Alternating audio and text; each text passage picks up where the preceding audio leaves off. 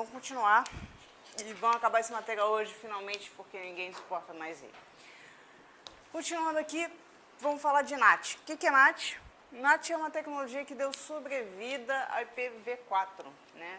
Um dos problemas do IPv4 era que o pessoal temia que os endereços não fossem ser suficientes para tudo que se conecta à internet. E, de fato, aconteceu isso, né? Hoje em dia, seu celular, seu tablet, seu computador, seu laptop, a TV, não sei quem, se conecta à internet, tudo isso precisaria de um IP público. E aí o pessoal fez essa gambiarra, né? O NAT é uma imensa gambiarra, na qual você usa um range de IPs que não é válido na internet, não é válido, não é um IP público, não pode ser roteado, para você usar somente um IP público e poupar, assim, nem todo mundo precisa ter um IP público. Então, você tem essas três faixas aqui, uma na classe A, outra na classe B, outra na classe C. Infelizmente, sim, tem que decorar. Então, a rede 10 toda, 10/8, 172.16/12, que dá 172.16.00 a 172.31.255.255. E a 192.168/16. Beleza? Então, qual o objetivo do NAT? Eu configuro o NAT no meu default gateway, ou seja, num roteador que me dá acesso à internet. No caso, em casa, você deve ter isso aí no modem que a Velox, Virtua, sei lá o que você assina, te deu. Ela te dá um cara, você configura NAT nele e ele tem um IP público para fora. Quando você se conecta nesse cara, você tem o seu IP privado aqui. Quando o seu pacote passa por esse cara, ele vai ser modificado. Ele vai pegar a porta de origem e o IP de origem, vai fazer um hash e vai te dar uma porta qualquer, alta. Ou seja, por exemplo, aqui a combinação desse IP com essa porta deu 6282. E aí, daqui para fora, daqui para fora ele tira o IP de origem e a porta de origem e bota esse IP de origem e essa porta de origem. Então, quando esse host está quietinho, então ele não tem entrada no NAT.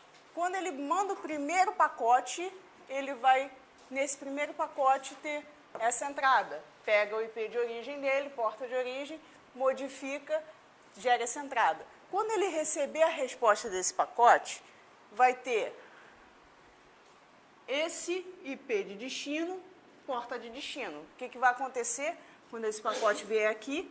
O NAT vai tirar esse cara, vai nessa tabela, essa entrada aqui, na verdade, é para esse IP, essa porta. Então, daqui para cá, ele modifica isso aqui e bota isso aqui, e aqui dentro ele consegue enviar para o cara de direito, certo? Então, isso aqui, mas tem vários tipos de NAT. Tem. O que eu explico aqui é o NAT padrão, que é o que a gente usa, é o Port Address Translator, com o que a gente chama de NAT dinâmico. Existe também o NAT estático, que é 1 para 1, existe NAT que a gente chama de transversal. Então, assim, tem outras coisas para ver? Tem, marca aí. Então, se você precisar, vai cair na prova NAT. Esse aqui é o basicão, é o mínimo que você tem que saber. Mas outras coisas você vai pensando. Como eu falei aqui, não dá para dar tudo. Então, aqui separado por classe. E existe também, esses IPs privados. Existe também uma classe de IP especial chamada de loopback, né? There is no place like 127.0.0.1. Acho que alguém já viu essa frase em algum lugar, camisa, etc. Esse cara aqui também entra no range de IPs, aspas, privados, porque não é roteável. Quando você levanta um serviço na sua própria máquina, por exemplo, quando você quer simplesmente testar como se aquele pacote tivesse vindo da internet, que bom que você não pode instalar os updates. Fechou? Tá. Se você quer testar um serviço na sua máquina e não quer se preocupar com a merda do pacote vir pela rede, que pode vir bichado, pode vir isso, pode vir aquilo, você levanta o serviço na 127 e aí você consegue simular que aquele pacote veio pela rede, certo? E um detalhe que CESP já pegou especificamente, é a rede 127 toda. Embora a gente use there is no place like 127.0.0.1, eu poderia dizer que there is no place like 127.1.1.58. A rede toda 127 é loopback. Tá? Então vamos lá. Uma empresa migrou todo o seu ambiente de IPv4 para IPv6 porque precisava de mais endereços IPs válidos para se comunicar externamente. Com isso, seria possível abandonar o uso de um protocolo que era necessário por falta de IP válidos quando usavam IPv4. Esse protocolo é qual o protocolo da vez? Tá, você está na prova. Foda-se se você está assistindo a aula agora, você sabe que eu estou falando de NAT. O que você tem que pescar para ver que é NAT? Falta de IPs públicos. O que ele vai falar? Um único IP válido. Algumas provas vão pegar, FCC agora está achando bonito falar de segurança. Por quê? Volta aqui. Quando você tem o NAT, você acha que eu entro no NAT dinâmico quando eu acordo e quero mandar um pacote para fora, certo? Então, nessa hora que eu mando o pacote, eu gero uma entrada aqui. Se esse cara... vou falar primeiro de segurança, segundo detalhe, para ver se vocês entenderam. Se esse cara, eu levanto um servidor web dentro dessa rede privada. Acessem meu servidor web.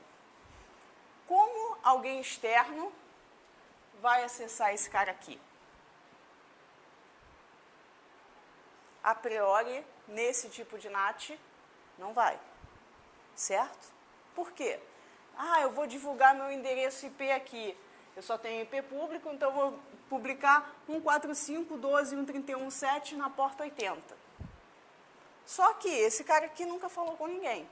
Se vier aqui, para a porta 80, ele vai olhar, não tem tradução. O que eu faço com esse pacote? Dropa, sei lá. Beleza? Então, tem uma questão de segurança também, tá? Deixa eu ver só se vocês entenderam aqui, acho que eu passei muito rápido. Se esse cara aqui agora vai acessar o Google, a tabela do NAT está lá, NAT Translator Table. Se ele for acessar o Google agora, o que vai acontecer nessa tabela? Sei lá, o Google é 200, 199, 198, 55.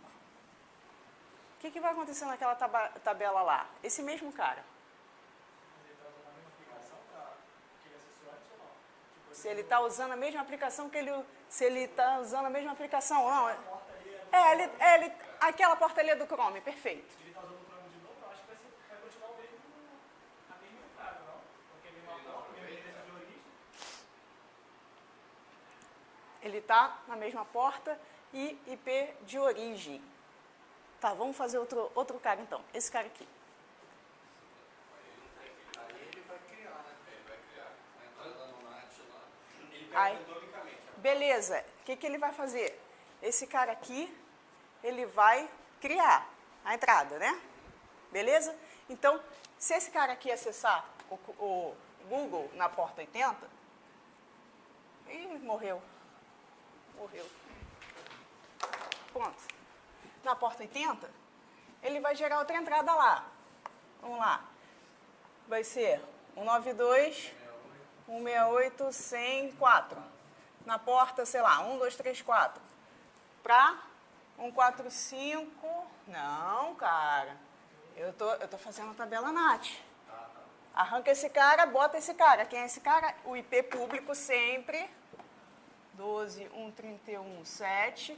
Na porta, sei lá, 25. Beleza. Então, todo mundo... Beleza.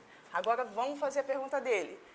Esse cara, com esse Chrome, acessou lá o Google. Qual vai ser a entrada que vai gerar? vai continuar a mesma, né? Porque a tradução é feita na porta de origem e IP de origem. Mudou a porta de origem? Mudou o IP de origem? Não. Se os dois não mudaram, ele vai pegar. E essa entrada aqui já tem, né, esse cara nessa porta. Beleza? Agora você saca um Firefox. O Firefox está usando a porta 30... Ah, não é possível, eu estou bichada. Pode ser. Bom, esse aqui está forte. Vamos lá. Ele está usando a porta 3859. Aí o que vai acontecer? Quando esse cara aqui é o Chrome. Quando eu acessar pelo Firefox, no mesmo Google, o que vai acontecer? Vai gerar uma outra entrada por IP de origem. Perdão, estou meio entupida ainda. IP de origem, porta de origem. IP destino. Outra porta de destino. Perdão, outra porta de origem traduzida. Não é porta de destino. Porta de origem traduzida. Beleza? Então, o que importa é o seguinte. Pensa nisso como um mapeamento de processo. Se é o mesmo processo, ele vai sair na mesma entrada da tabela NAT. Se for outro processo e outro IP, outra entrada. Beleza? Deu para entender? Fala. Você pode configurar isso aí. Expira. Ele gera a porta randomicamente. Ele faz, na verdade, a maioria das implementações faz um hash do IP com a porta. Beleza? Tá. Então, vamos lá. Agora a gente vai começar a ver o tipo de questão que cai, de verdade. O analista de suporte de uma rede local que utiliza o recurso de NAT deseja identificar, analisando o pacote enviado para fora da LAN, o computador da LAN emissor do pacote original. Para identificação, deve-se verificar o campo...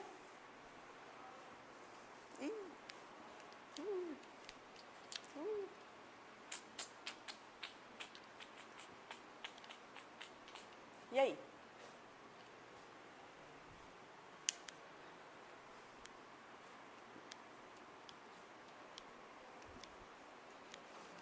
Eu estou com a tabela NAT lá em pé e eu preciso identificar qual computador da LAN que é o emissor do pacote original.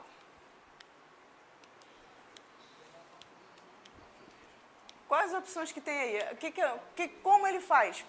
IP de origem, porta de origem. Tem IP aí? Tem.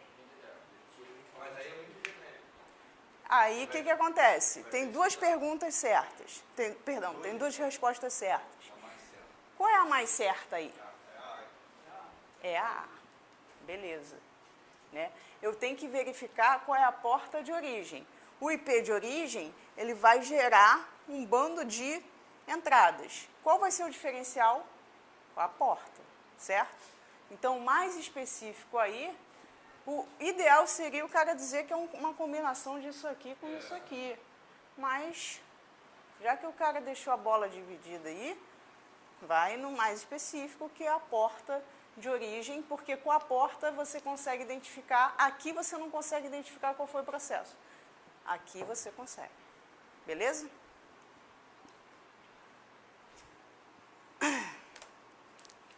Deixa eu refrescar aqui. Valeu. Ao ler o manual do roteador, o administrador da rede local verifica que o equipamento possui suporte à tradução de endereços de rede, em inglês NAT. Assinala a alternativa que descreve a funcionalidade apontada no manual do roteador. NAT permite que sejam criadas regras de filtragem de pacotes HTTP que trafegam pelo roteador. Permite que sejam criadas regras de filtragem dos protocolos de transporte que trafegam pelo roteador. NAT permite que sejam criadas mensagens criptografadas em nível de aplicação. Permite que seja criada uma tabela de mapeamento entre a rede interna e o IP do roteador. Permite bloquear o acesso de pacotes da camada de rede, de fora para dentro da rede.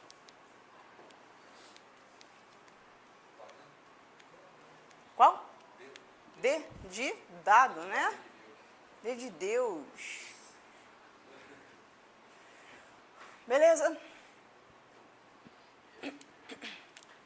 Ah, essa aí é clássica já virou clássica, mas é muito bonitinha, sempre boto. Se os hosts P e Q, que apresentam respectivamente os endereços 10.1.10, 10.1.12, tentarem simultaneamente acessar o servidor web que possui o endereço 170.1.1.1, quais seriam os endereços IP de origem contidos no pacote de P e Q, respectivamente recebidos pelo servidor web? Então, acho que eu cortei a questão demais, né? Não cortei não, tá aqui. Tem aqui a informação que a gente precisa. Tem um NAT rodando nesse roteador. Então, tem a rede interna. Esse aqui é o 10, esse aqui é o 12. Aqui, quando gera um NAT, esses pacotes vão ser modificados e vai ser plugado o IP público desse cara aqui, beleza? Aí vai rotear na internet, roteia por aqui e chega até aqui. Quando esse servidor web percebe que a Sesgran Rio, ela sempre faz a questão de forma que você não consiga nem botar um recurso.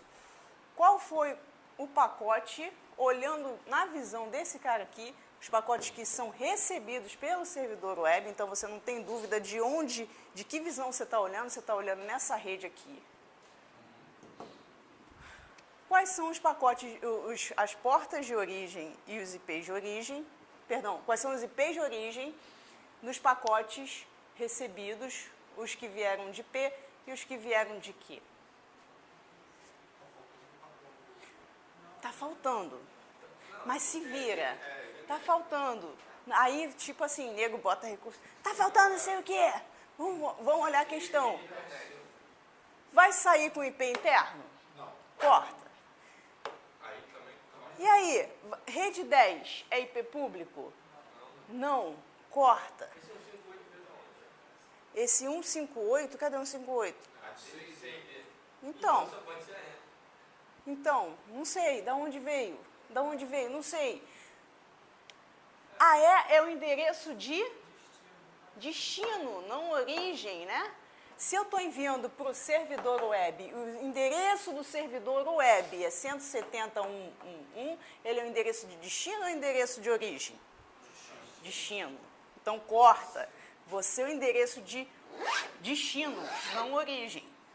Aí, beleza, aí a gente fica com essas duas. Aí você fala assim, caralho, esses dois são IPs públicos, como é que você resolve essa pendenga? Se a gente está pendurado no mesmo NAT, eu tenho um único IP público. Eu vou traduzir para onde, gente? Os dois caras que saem no mesmo NAT, eles traduzem sempre para o mesmo IP. Então, olha só, esse cara aqui traduz para 10 e 12, ou esse cara aqui traduz para o mesmo endereço IP? Mesmo endereço IP. Aí gera polêmica, nego bota recurso, porque você não falou a porra do IP, porque não sei o quê, porque pode... porque eu podia estar rodando 5 NATs no meio. Foda-se, a Sesgran Rio vai falar para você, foda-se. Ela vai querer o by the book. Isso é uma questão, cara, clássica de livro. De livro. É isso que você tem que responder. Beleza? Então, 2017... Para aumentar a segurança, aí começa a vibe, bom dia, aí começa a vibe da FCC com segurança. Para aumentar a segurança na rede local sob sua responsabilidade, um analista judiciário decidiu instalar um NAT em complementação a outros recursos. A percepção de que o NAT fornece segurança complementar é porque, foda-se o que está escrito aqui, o que você tem que responder? O NAT impede que alguém aleatório, alguém com quem ninguém da rede interna se comunicou antes, ele consiga se comunicar com o host interno, beleza? Então, vamos ler. Um pacote entra na rede local somente em resposta a um pacote originário daquela rede. Um pacote sai da rede local somente se for checado pela tabela MIB. Os pacotes transmitidos na rede local para a rede ampla são certificados pela tabela MIB. Já vai de novo com MIB. reescreve o endereço IP origem do pacote que sai da rede local para um IP virtual, por exemplo, 10.0.0.0. Reescreve o número da porta de origem do cabeçalho IP com um valor criptografado. Que loucura, né? Aí o cara que não sabe porra nenhuma, vê o criptografado, marca, ou não sabe direito como é que funciona a NAT, tem uns negócios de uns 10 aí, vamos marcar essa aqui, tá trocada. Tá falando muito de tabela MIB, MIB uma vez, MIB duas vezes, eu não sei nada dessa tabela MIB, deve importar. De onde vem essa tabela MIB mesmo, hein? Qual é o cara que usa isso? SNMP, beleza, beleza. Beleza, gente, então NAT é isso aí. O que mais NAT pode cair? Esse é o NAT by the book. Se você fizer, sei lá, um tribunal e tal, como são as questões aí, TRT e tal, TJ, você vai cair mais ou menos isso. Se você for fazer infra, aí você tem que saber os tipos de NAT, NAT estático, transversal, blá, blá, blá, blá, blá, blá. Beleza? Então vamos juntar as ideias aqui, só para a gente acabar o IP.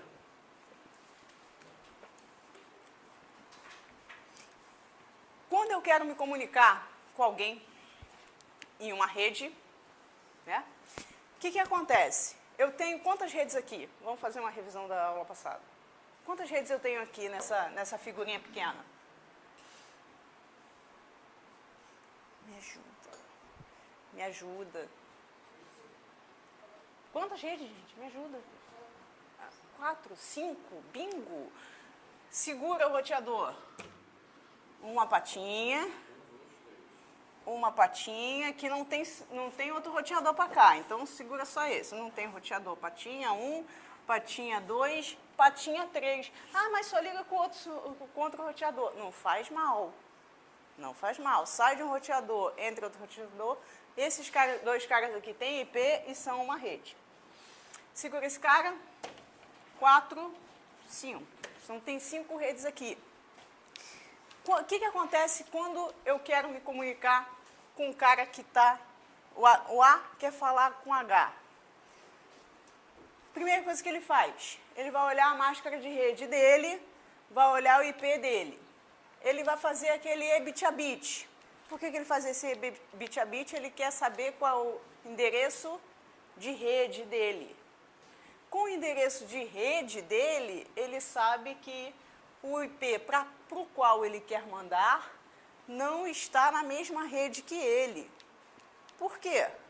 Porque eles não têm o mesmo prefixo de rede, certo? Certo? Tá. Então, o que eu vou fazer?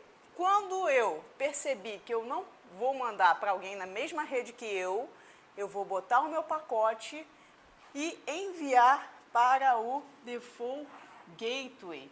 Como assim enviar para o default gateway? Como ele sabe que é para o default gateway? Por quê? Embaixo do IP, aplicação, transporte, acesso, interredes, internet, acesso à rede. A aplicação, sei lá, bota HTTP. Aí você sabe que é TCP, porta 80, destino. E o endereço de destino vai ser o endereço do PCH. O IP lázinho dele. Só que, de alguma forma, eu tenho que dizer para quem eu tenho que mandar dentro dessa rede. Isso é a camada de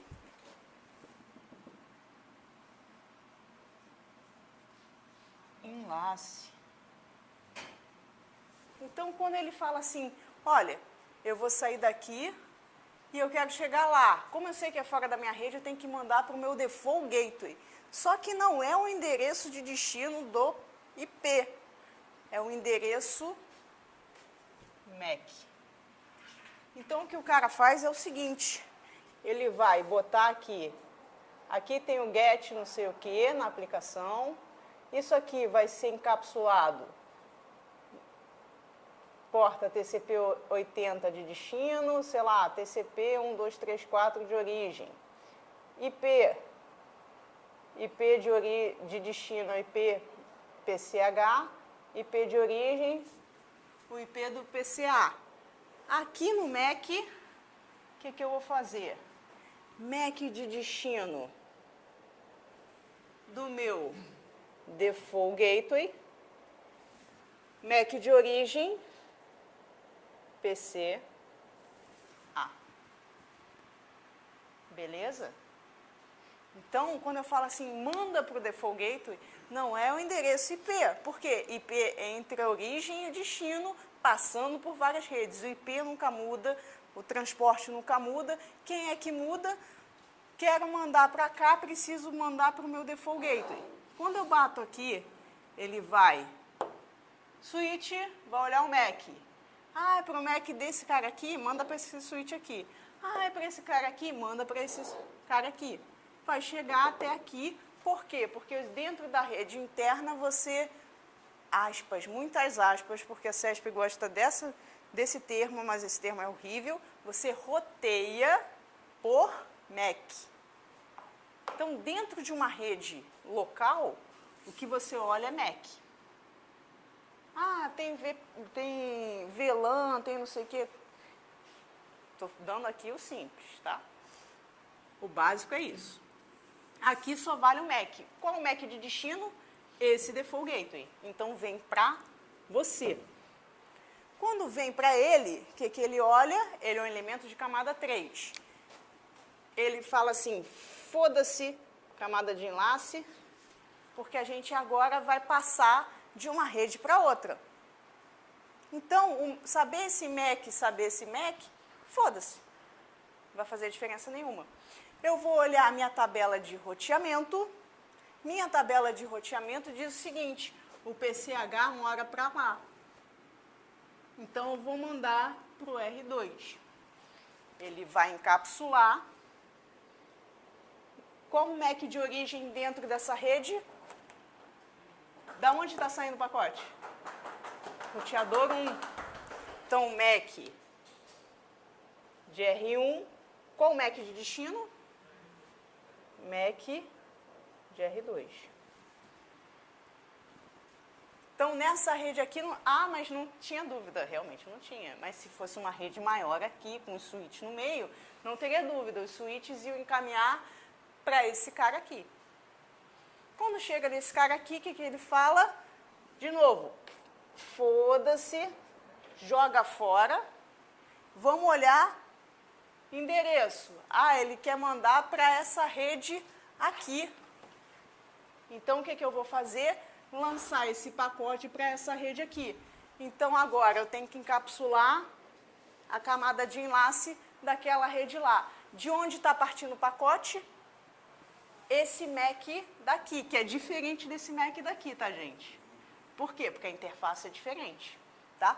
Então, esse MAC daqui, MAC, vou botar do R2, mas você sabe que não é igual ao do anterior, e o MAC do PCH.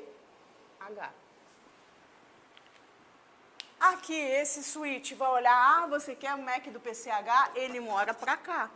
E aí, finalmente, chega até aqui. Beleza? Então, cabeçalhos que não mudam, a menos que você passe no NAT, blá, blá, blá, blá, blá, blá. Origem e destino, o conteúdo da aplicação não muda.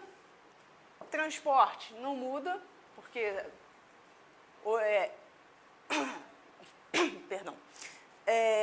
processo a processo. IP, origem e destino, não muda. O que muda é, conforme você salta, os MACs da camada de enlace vão mudando. Por quê? Porque frame é uma coisa que só vale dentro de uma rede local. Beleza? Deu para entender? Big picture, assim? Tá. Vou precisar disso mais para frente. Então, aqui foi o que eu falei tudo para vocês. Repassa, blá, blá, mandei o spoiler. E aí chegou. PUC. Na topologia de rede a seguir,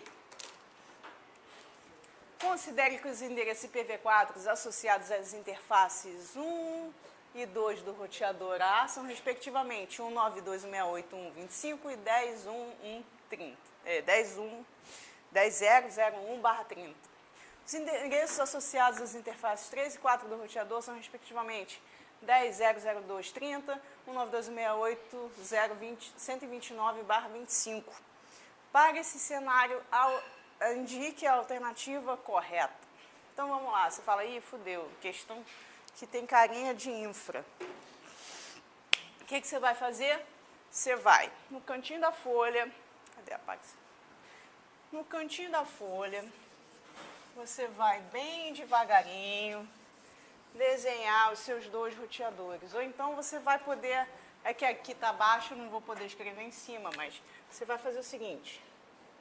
Os dois roteadores estão aqui, você calmamente vai botar os IPs aqui do lado. As interfaces 1 e 2, aqui é a rede 192.168.0. Não, tranquilo.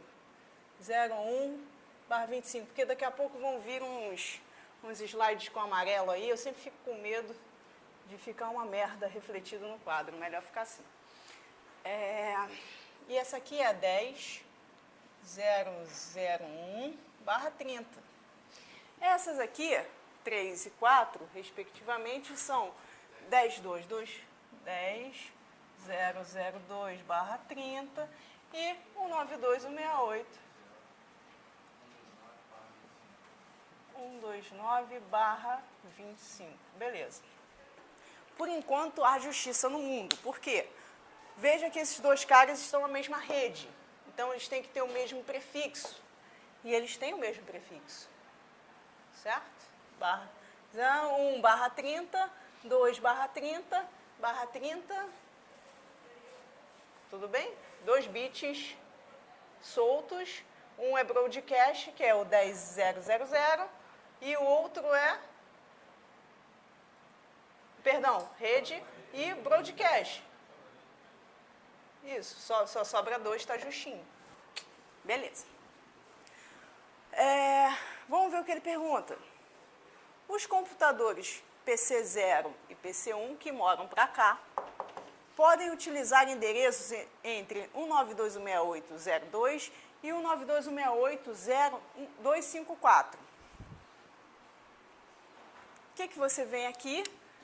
Eles moram para cá, eles têm que ter o mesmo prefixo de rede, ou seja, eles têm que estar dentro desse /25 aqui.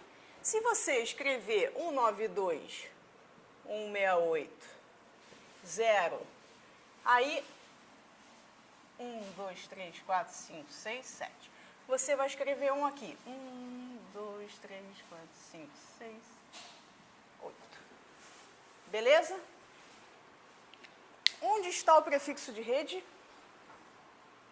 Onde está o prefixo de rede? 25. Certo? Então, endereço de rede.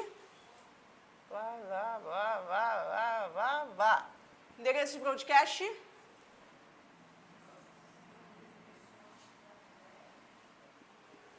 Qual é o endereço de rede? 192.168. Isso aqui é 192.168.0.0. E o de baixo, que é o broadcast, é 192.168.0. O que é isso aqui? Bota 128 e diminui.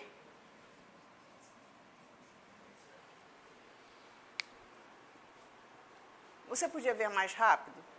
Talvez. Por quê? Olha só. /25. Você botou o 1 aqui. 254 já não tem 1. Esse primeiro bit igual a 1. Então, só isso aqui já está fora. Mas se você for para o canto do quadro e fizer o que eu acabei de fazer, não é demérito nenhum, pelo contrário, canja de galinha não faz mal a ninguém. O gateway padrão do PC0 é 10.0.01/30. Quem é o PC0, ele mora para cá. O default gateway é a interface para a qual ele vai mandar quando ele quiser sair da rede dele. Então, o default gateway dele certamente é uma interface desse roteador que tem algum endereço com essa carinha aqui, não é? Certo? Certo, gente? Ah, tá. Aqui, essa interface aqui, mas essa interface também é dele. Mas é uma interface externa de outra rede. Se ele tivesse conectado em outra rede aqui, sei lá, na rede 200.1 barra qualquer merda aqui, essa outra interface também é outra rede. O default gateway dele é sempre uma interface do roteador que liga ele ao mundo externo, tá? Então, é dentro da rede dele, sempre. Certo? Até tem uns sistemas operacionais que você nem pode botar o default gateway, um cara que não é da mesma rede que você. Ele compara o IP e a máscara que você botou, aí quando você bota o default gateway de outra rede, ele fala assim, olha, seu burro, não posso dar ok, fica cinza lá. Não posso dar ok aqui, porque você fez burrice. Após configurar os endereços das interfaces dos roteadores, o roteador A aprende automaticamente que a rede 192.168.0.0/25 é acessível pela interface 1 e o roteador B aprende automaticamente que a rede 192.168.0.128/25 é acessível pela interface 4. Assim, não é necessário configurar nenhuma rota adicional para esses roteadores. Aí, o que acontece? Aí vocês podem agradecer, não agradecer, mas infelizmente nesse curso eu não vou conseguir dar roteamento, tá? Infelizmente é uma falha horrível, mas eu não tenho tempo, Então, assim, ninguém aprende automaticamente porra nenhuma, ok? Pensa bem nisso. Ou alguém senta aqui e configura essa merda, ou nada rola. Não é como o switch que a gente vai ver na próxima aula, que aprende a porra toda automático e você fica lá de bem bom. Não, aqui você tem que configurar ou rota estática ou um algoritmo de roteamento, certo? Então, ele fala que o roteador aprende automaticamente que essa rede é acessível pela interface 1 e esse cara aprende que... E o roteador B aprende que a rede 192.168 é acessível pela interface 4. Nenhuma rota adicional precisa ser configurada. Então, como é que... Esse cara só sabe chegar nessa, esse cara só sabe chegar nessa. E se esse cara quiser falar com esse aqui, um cara daqui quer falar com aqui, esse cara só conhece essa rede, esse cara só conhece essa rede, eles não trocam informações. Como é que vai ter rota? Nenhuma rota adicional precisa ser posta ali? Ou precisa? Precisa, né? Quando eu boto um algoritmo de roteamento aqui, esses dois caras conversam e aí ele vai falar assim, olha, essa rota aqui que eu tenho diretamente conectada, você pode chegar nela se você me mandar um pacote. E esse cara aqui vai falar assim, olha, eu tenho essa rede aqui configurada diretamente conectada a mim. Se você quiser mandar para cá, manda para mim. E aí sim eles conseguem se conectar, certo? Aí vai existir uma rota nesse roteador aqui falando o seguinte, se você quer chegar na rede 192.168.0.1, manda para esse roteador aqui. Beleza? Caso contrário, ele vai falar assim, não sei chegar nessa rede. Se eu não tenho rota default, dropa o pacote. Ok? Os computadores PC1 e PC2 podem utilizar endereços entre 192.168.0.130 e 192.168.0.254. Aí me ferrou, por quê? Porque eu fiz desse lado, mas não fiz desse. Aí o que a gente tem que fazer? A gente tem que fazer a mesma coisa do lado de lá, né? Ele me fala que a rede do lado de lá é 192.168.0.129/25. Então, o que você tem que se preocupar? 192.168.0.129. 1, 2, 3, 4, 5, 6, 7. 129 pensa que a barra 25 é qualquer bosta aqui, 128 mais 1, né? 128 mais 1. O que é importante para você é o seguinte, esse bit aqui está ligado. Certo? Então, se esse bit está ligado, os endereços que eu poderia, em teoria, seriam o quê? Maiores que 128 e até, põe broadcast aqui, tudo em 1, 255, né? Endereço de rede, 0000000. Endereço broadcast, bota tudo 1. Beleza. Então, veja lá. PC1 e PC2 podem utilizar endereços entre 130 e 254. Isso é verdade?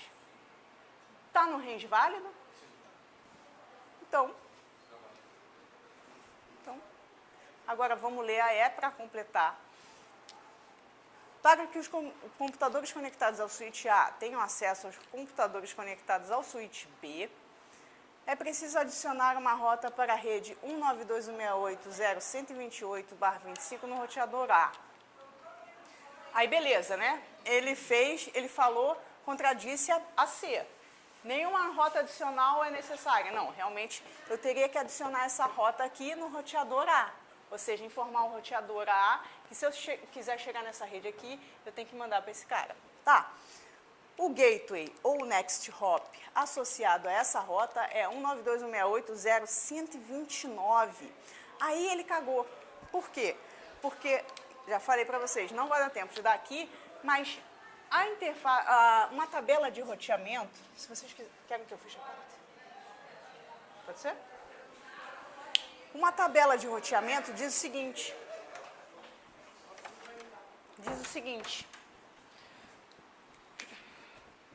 A rede que eu quero chegar, ou seja, me dá um endereço de rede e me dá também o next hop, que é a interface para a qual eu vou mandar no próximo amiguinho. Então, olha só, esse cara aqui sabe chegar nessa rede aqui, mandando para qual interface? Mandando para que cara? Mandando para esse roteador. Qual interface dele? Qual interface é o meu próximo passo? É essa, que eu não tenho acesso, ou é essa diretamente conectada a mim?